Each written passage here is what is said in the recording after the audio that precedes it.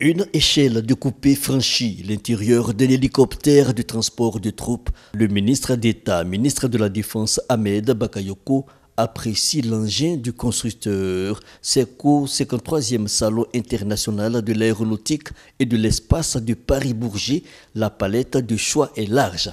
Avions civilo-militaires, aéronefs, mais aussi outils de télécommunication. Une présence de la Côte d'Ivoire nécessaire, selon le ministre de la Défense. Nous avons été très intéressés par certains logiciels qui nous permettront de savoir qui fait quoi, même dans des périmètres où il n'y a pas de vie.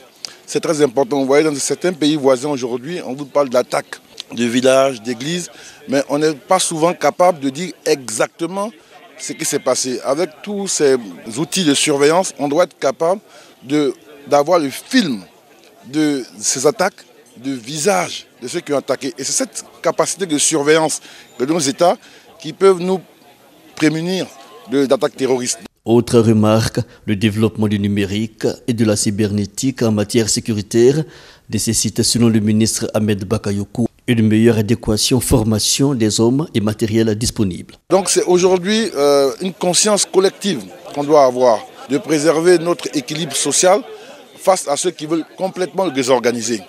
Et cela passe par beaucoup d'anticipation. Ce salon nous permet de faire des raccourcis pour voir déjà ce qui existe dans certains pays développés. Et ces pays-là, ils sont plus ou moins en sécurité parce qu'ils ont des équipements adéquats.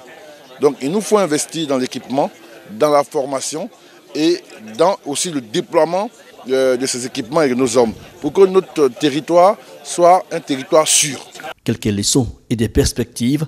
Le Salon international de l'aéronautique et de l'espace est le plus grand événement consacré au transport aérien dans le monde. Il a lieu chaque 2 ans et rassemble compagnies aériennes civiles, constructeurs et ingénierie stratégique militaire entre autres. Et il prend fin le 23 juin prochain.